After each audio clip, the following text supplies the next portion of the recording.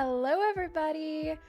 Okay, so today is the last solo episode for a little bit just because the move is happening. I feel like this is something I've been talking about for months, and because it has. Like, this is literally something we started the process of in December of last year, and it's August, which we knew this was going to be a long process, but it maybe is a smidge longer than I was expecting just because some of the complications, but we're fine. It's cool, whatever. We're actually going to be moving and it just does not feel real. But because of that and because of the insanity, I also have a work trip in the middle of this all, and we've got friends coming into town, family coming into town, all of the things. We're going to be doing some incredible guest episodes coming up. I'm talking with nutritionists, I'm talking with amazing women who are part of the Live Original Sisterhood. I am talking of literally just so many fun guests, so many fun, amazing people that we're going to get to talk to. So this episode though is going to be a solo one, and it's something that's really been stuck on my brain for a while now. And yeah, so let's just jump in, okay?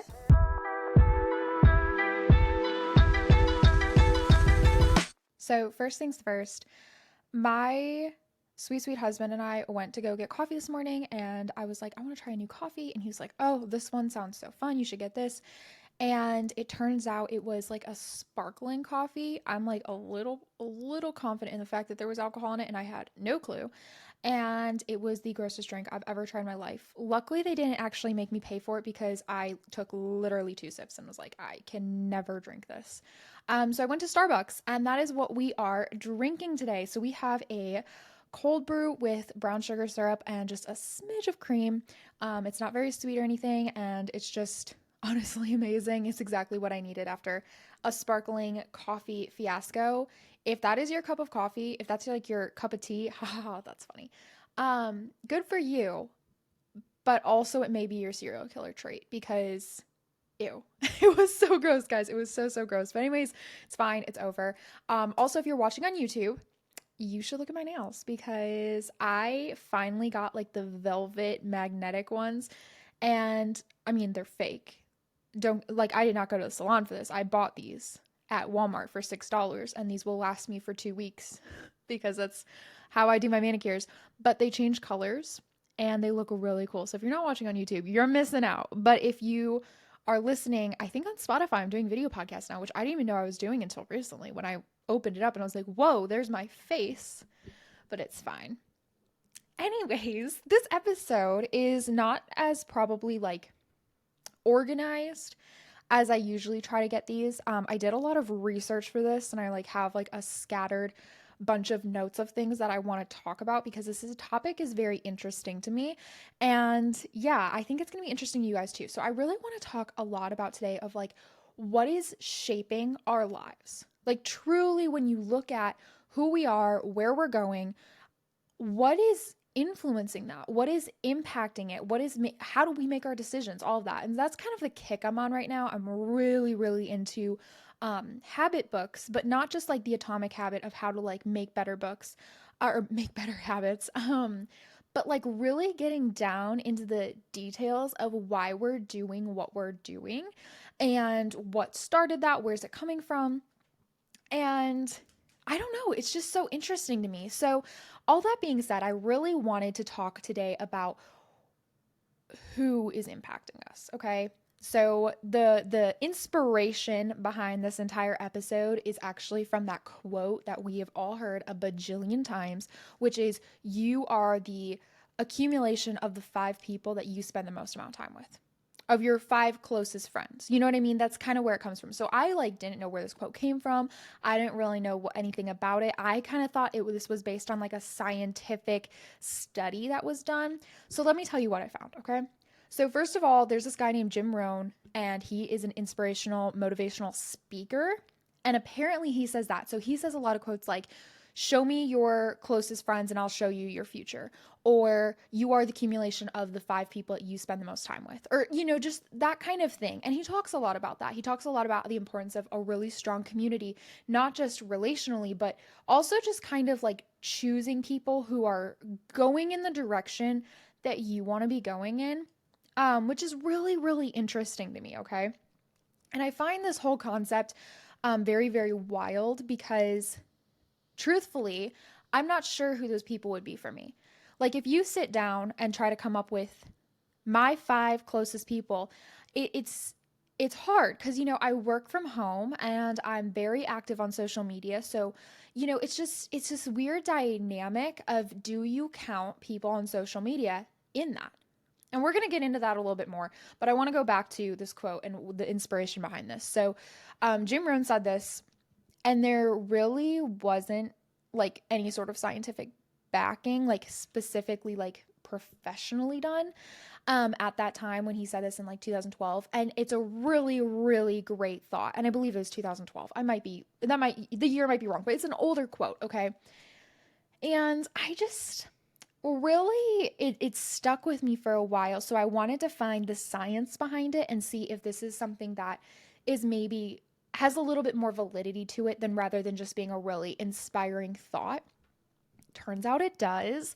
There are a ton of studies that show all about, if you hang out with smokers, you have like a 90% chance of being a smoker. If you hang out with people who make a certain amount of money, you have like a 87% chance of making that specific amount of money. You know what I mean? So the people you are around truly do have such a big impact on who you become and the way that you think about life. So I started like diving into this even deeper then, and I really, really wanted to get to, well, why do people have that much influence over us? Why is it that if I spend more time with a certain group of friends, am I going to become more like them than, being able to just be my own person? And it was really interesting the more I got down into like the habit of it. And really, it just comes back to your mindset. If you're surrounding yourself with people who have a very specific mindset around either religion or maybe finances or just the way that they talk in general, you tend to develop those same mindsets, which consequently turn into habits because it's what is at the top of your mind. It's what you're witnessing. And it's kind of like this osmosis effect where it's surrounding you and you just soak it all in until you start to adapt to that. And I find that fascinating that as humans that happens. And what I find even more fascinating is that it changes. So, in high school, early parts of high school, middle school timeframe too, I hung around like athletic people because I was constantly playing sports. So I was surrounding myself always with people who were a part of the same sports teams as I. And so it was a very athletic group. It was a very chaotic group. Everybody was knee deep in competition and it was intense. It was a very intense group. So I took the strength finders test around that time frame, and my number one strength was competition. Okay, that was my number one strength. And you know that these things can change over time, but it was just so who I was at that point because it was who I was surrounding myself with. Well, flash forward to last year, I retook the strengths finder after I finished my master's, and my number one strength is achievement. And it shifted. So that way, no longer was I based in the competition of it all, but rather the results of whatever I was doing. So I'm the same person in essence, but my motivations, my habits had shifted because of the people that I was spending time with. And now I think that right there showed me personally in my life what a powerful influence other people had over me.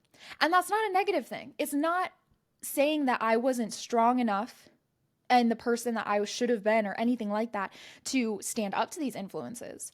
And I also think that the same goes for you. It's not a negative to be pulling from the people who you surround with. In itself, it is a beautiful thing, and it's what community is really all about, is to strengthen each other. The problem is when you're not careful about who you're surrounding yourself with, that same strengthening of community now becomes a digging of a hole for yourself. Okay, you're now digging a hole instead of building up. So I don't know. That's the way I think about it. And there is nothing magical about the number 5. That was really pivotal for me because I've always heard you're the sum of the 5 people or your 5 closest friends. And that's not necessarily scientific, that 5 number. I do think that there is some merit to it because I think once you're 5 people deep, you're probably your relationships start getting a little bit more not strained necessarily because there's tension, but just simply no longer the same priority placed on communication with them regularly, all of that. So I think the number 5 is good. And I think that's what I want to use for the rest of this episode. But that's not necessarily like totally scientific, where they're saying it is the 5 people. And once you're at number 6, they have no influence over your life. They're still impacting you, but at a different level. And it's really that priority that you're placing on the relationship. Okay. So for me, I had a massive wake up call recently where I was sitting there in my Bible study and this thought like popped into my head about these 5 people. And I was thinking about, who are my 5 people? Are they godly? Are they good people? Like, are they pushing me towards a better faith? What are these 5 people pushing me towards?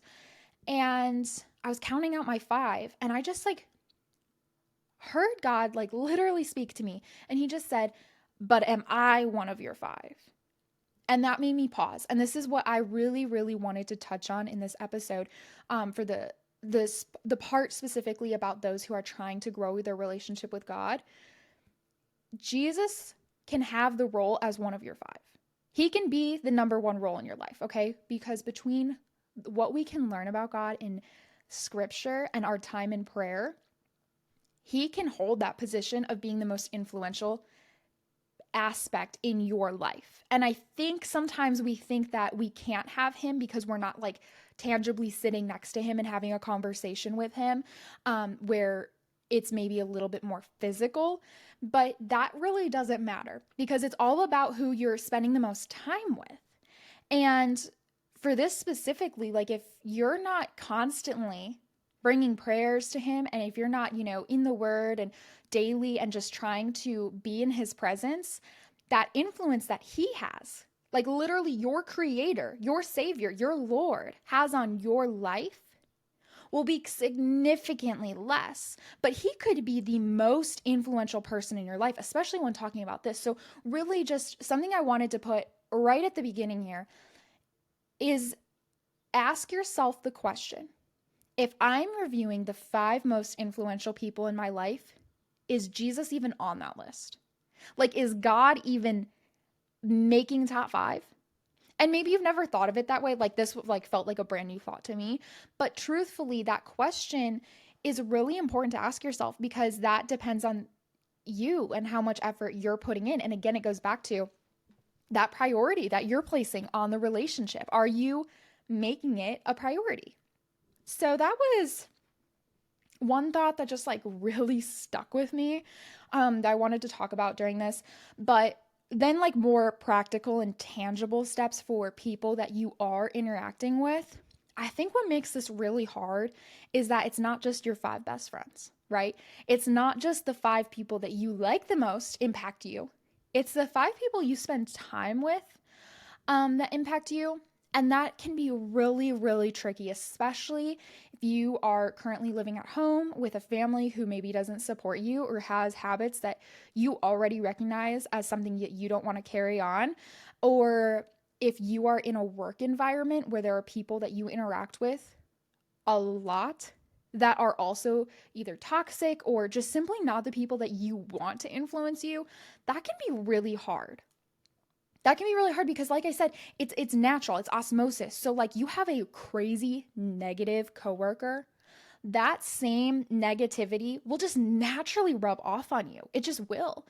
And I find that for me, what I tend to grab onto is the gossip side of things, which is so hard and why it's so important that I try really hard to surround myself with people who actively choose to fight against that, because it is so easy for me to slip into, oh my gosh, I know, but can you believe they said this? Like that's crazy. And nothing like crazy bad, but really just not building other people up. And when I'm in a group setting where that is the theme, that is the topic of conversation is other people, I soak that right up. I become that person. I go right into that, which is so not who I want to be. And I know that, but yet I let the people around me influence me. So what do we do about this, right? Like this is insane and you can't control who you spend the most time with all of the time. And that's hard. Hold on. I need to sip on my coffee really fast because I'm talking too much. That's delicious. Okay. Anyways, I think that we also have to take into account social media. And here's what I'm going to say. I have done a lot of reading and research on whether or not social media relationships are as impactful as real life ones. And I'm sure it doesn't take a rocket scientist to guess. No, they aren't. Real relationships where you can see each other in person, where you can touch, where you can tangibly be sitting next to someone, they are more impactful, okay? But I think it would be very, very unwise to just not pay attention to the fact that social media does impact us, okay? Like, I really don't enjoy the term influencer at all.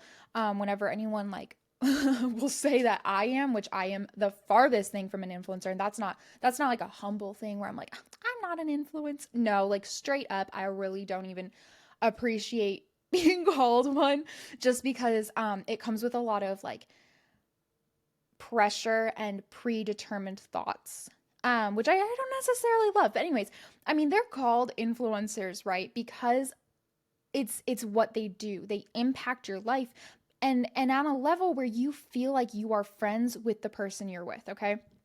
I have some of the best friends in the world, and I love my friends so dearly. And there are times where they'll be like, "Oh my gosh, I listened to your podcast episode," and like I literally feel like we're getting closer. But on my side, I'm not getting that conversation with them. I'm not getting to hear about their days, their lives, what they're going through, what they're learning, what God's teaching them. Instead, they're hearing that from me, right? So I'm having an impact, an influence, even right now, as you're listening to this. Like, we are spending time together. I'm not necessarily getting the influence of you, but you're getting the influence of me. And so I really had to sit back and think, my gosh, I now have to take into account who I'm spending the most time with on social media, not just on a personal level, in my own life, okay? And that was interesting. That was a really interesting concept to try to grapple with, because I listen to a ton of podcasts. I usually listen to like 2 podcasts a day, just because in the morning before I start meetings and all of that, I love to turn them on and have them going while I'm doing my morning email check and answering my emails for the morning. I do this every day, and I usually have 1 to 2 podcasts on.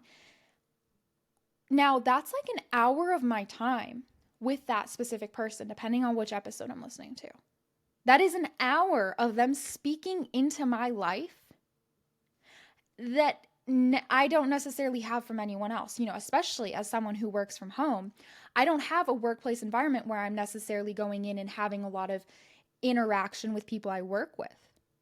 So I think that when you take into account the social media aspect of it, it changes a lot. And again, I understand that these relationships are not maybe as strong, but the sheer amount of time that you are spending listening to podcasts, watching YouTube vlogs, or, watching the vlogs on TikTok, all of that, those people begin to really take root in your mind. And I think that they do get to that point where they have that influence over your life, okay? Again, this is not a bad thing.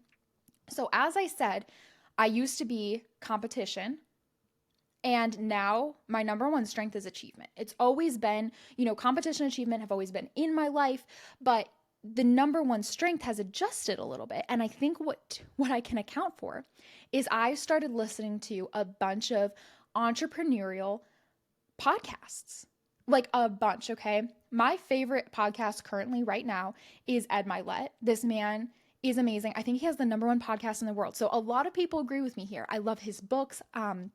He is a Christian man, and I really do admire him on many levels, not all levels. He's still a human being and still makes mistakes, but I think he's a really amazing person. And he drops 2 podcast episodes a week. He is constantly putting out social media content. And like I said, he has books out that I read.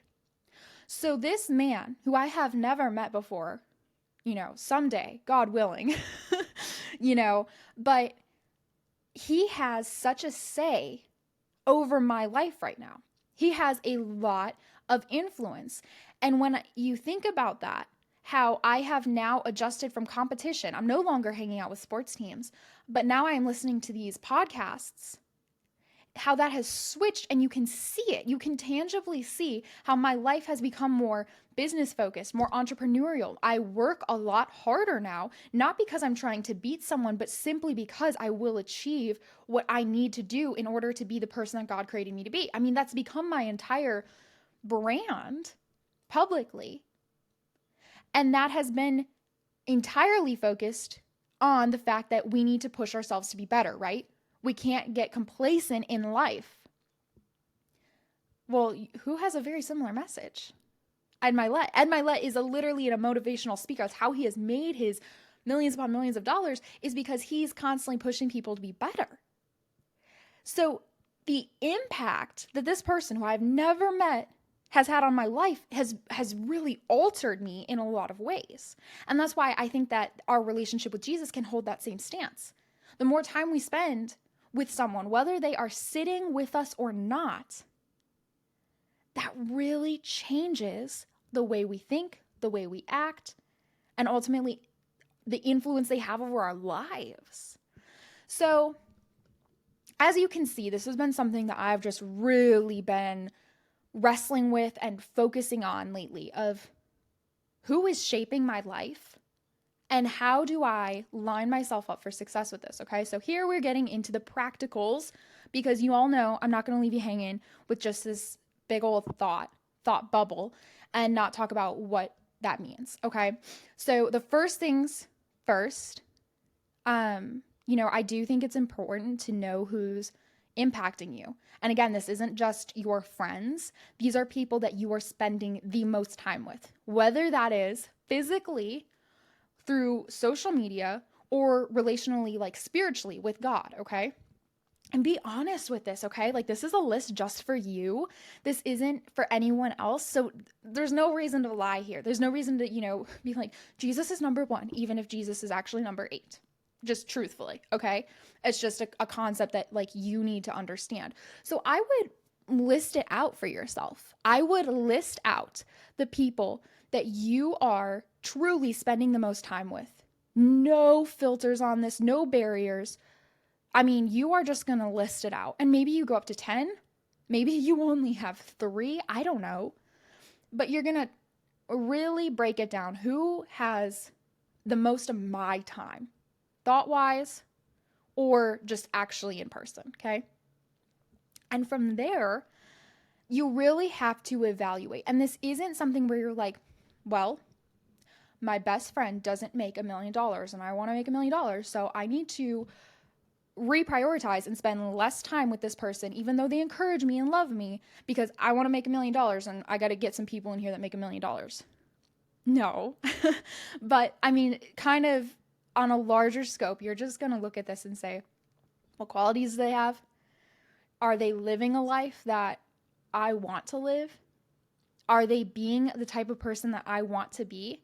And, just really wrestle with this and think about what it would look like for you and where you want to be. And are the people surrounding you reflecting your current position or the position you want to be in? Because that's a really, really tricky spot right there, because we make really good friends and we join these friendships and relationships and all this stuff when we're a person in our past, okay? And I hope you can track with me. So we're our past selves.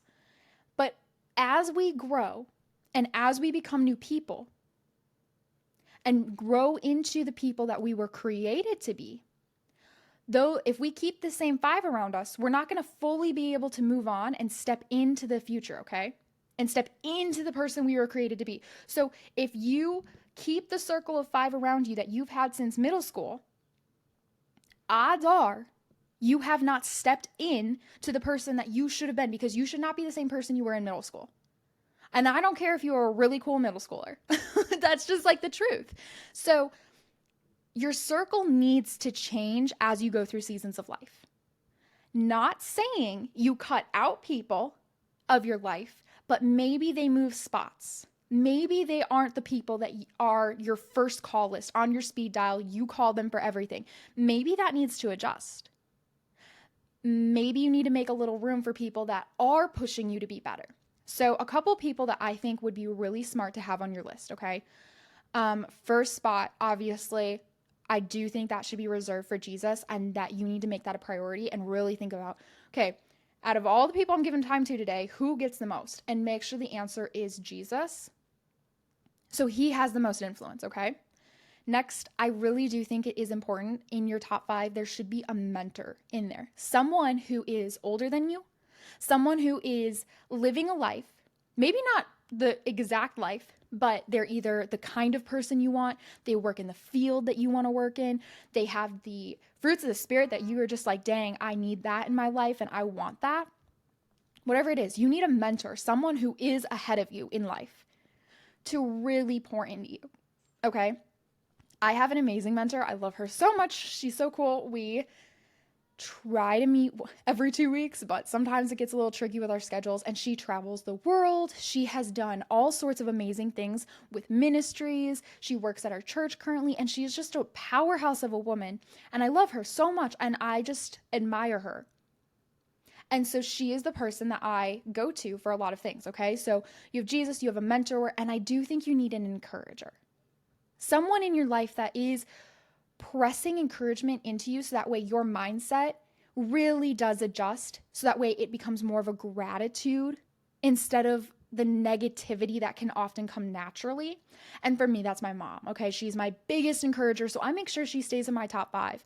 And obviously, if you have a spouse, they need to be in your top 5, which is why I chose Matt. I chose Matt to marry because this man is disciplined, he is ambitious, he loves Jesus so much, and he has so many attributes that I love. I love them all so much.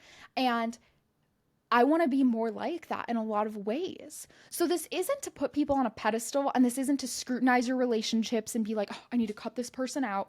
No, but maybe adjust where your priorities are and really focus on who has influence over your life. And that counts with the podcast you're listening to. That counts with the social media that you're consuming.